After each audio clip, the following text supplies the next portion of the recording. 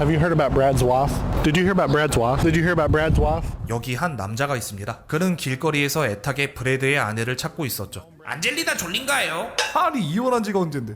I heard about that. That was terrible. 그녀를 위한 노래가 여럿 만들어지기도 했고 여러 기업들 심지어는 소방서에서까지 그녀를 고용하겠다는 공고를 내고 게다가 가두 시위까지 벌어지고 있는 상황. 미국 전역이 애타게 찾고 있는 이 브래드의 아내는 누구인지 오늘 저와 함께 알아보도록 하겠습니다.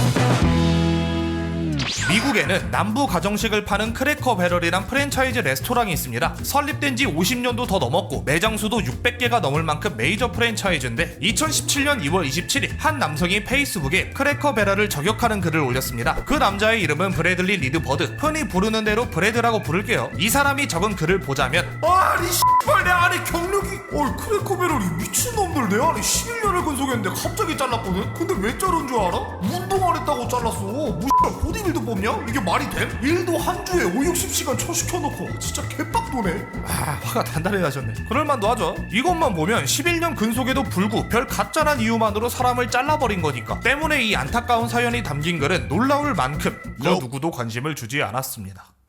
그렇긴 하죠. 아니 그냥 킹바린이 글 하나 딸랑 남긴다고 바로 공론화가 될 리가 없잖아. 막말로 성인 피투도 아니고 말이지. 해서 이 글은 별 관심도 받지 못하고 그대로 묻혀버렸습니다.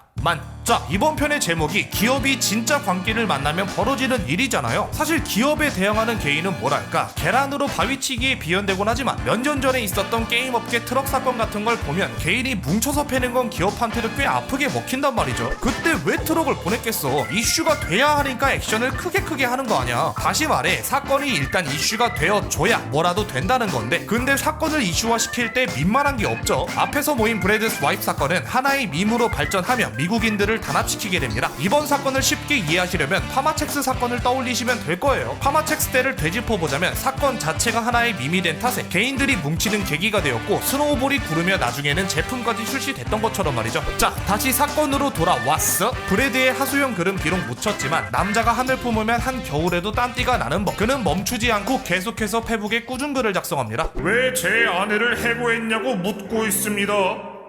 여러분들 반가워요. 오늘 제 생일이네요. 그래서 왜 제 아내를 해고했죠? 자, 간절히 원하면 온 우주가 나서서 도와준다더니 해당 글은 페이스북 알고리즘의 간택을 받아 갑작스레 많은 관심을 받게 됩니다. 사람 왜 이렇게 많아 꼬이? 아내가 해고됐다는데? 11년을 근속했는데 고작 운동 안 한다고 잘랐다고? 어디 회사인데?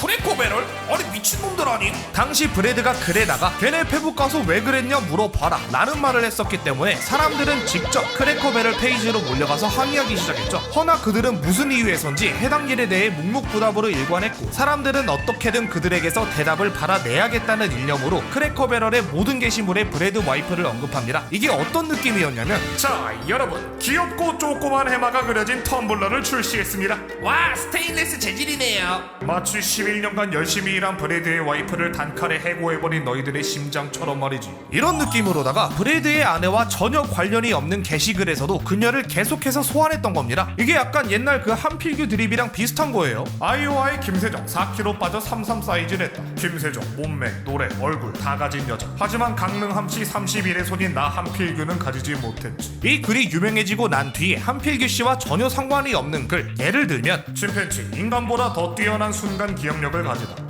리얼임 개신기하네. 하지만 침팬치도 강릉함씨 31에선 한필규는 가지지 못했지. 이렇게 개뜬금없는 곳에서 한필규 씨가 소환됐던 것처럼 브래드의 아내도 어떤 글에서나 찾아볼 수 있었습니다. 우리는 건강을 위해 아침 식사를 더욱더 가볍게 만들고 있습니다.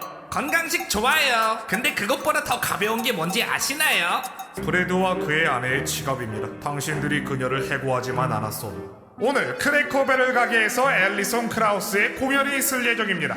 그녀의 공연을 보고 싶은 사람 중에는 브래드의 아내가 있었습니다. 하지만 갈 수 없을 테죠. 11년의 헌신적인 봉사 끝에 해고당하셨으니. 뇌절 적당히 좀 해라. 좀 현실을 살아 씹다가. 그래 정의가 실현된 후에 말이지. 11 years, million tears. 이때 크래커 배럴 페이지에 달리는 댓글 수가 이전 대비 226% 이상 증가할 정도였다고 하던데, 허나 이렇게 많은 사람들의 러쉬가 이어졌음에도 크래커 배럴은 끝끝내 공식적인 응대를 하지 않았어요. 그럼 이 사건은 여기서 끝이냐? 아닙니다. 한번 불붙은 광기는 사그라들 줄을 몰랐거든요. 아니 이 정도로 응대 안 할 거면 담당자 자르고 브레드 아래 채우게 개새끼들아. 크래커 배럴의 위키 문서에 총 직원 수 7만 명 마이너스 브레드 와이프 같은 게 적히는가 하면 Justice for 브레드 와이프, 브레드 와이프 matters, 11 years 같은 해시태그나 Make Brad's wife great again 같은 구호가 생겨나기도 하고, 그녀를 위해 모인 청원이 2만 6천 개를 넘기기도 하는 등 사건은 몸집을 불려갔고 결국 언론에까지 박제되기에 이르렀죠. 이런 과정을 거치면서 이 사건은 이슈를 넘어 아예 밈이 되어버린 겁니다. 그녀에게 바치는 헌정곡들이 여러 만들어지기도 했고요. Justice. Justice for a bad life.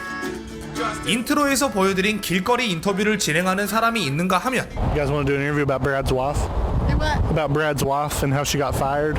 Who's Brad? Well, Brad's not important, but his wife, she worked at Cracker Barrel, and they fired her after 11 years. On his birthday. I heard about that. That was Yep. terrible. 직접 나서서 가두 시위를 진행하는 사람들까지 생겨날 정도였습니다. 그럼 이 상황을 이용하려는 이들은 없었냐?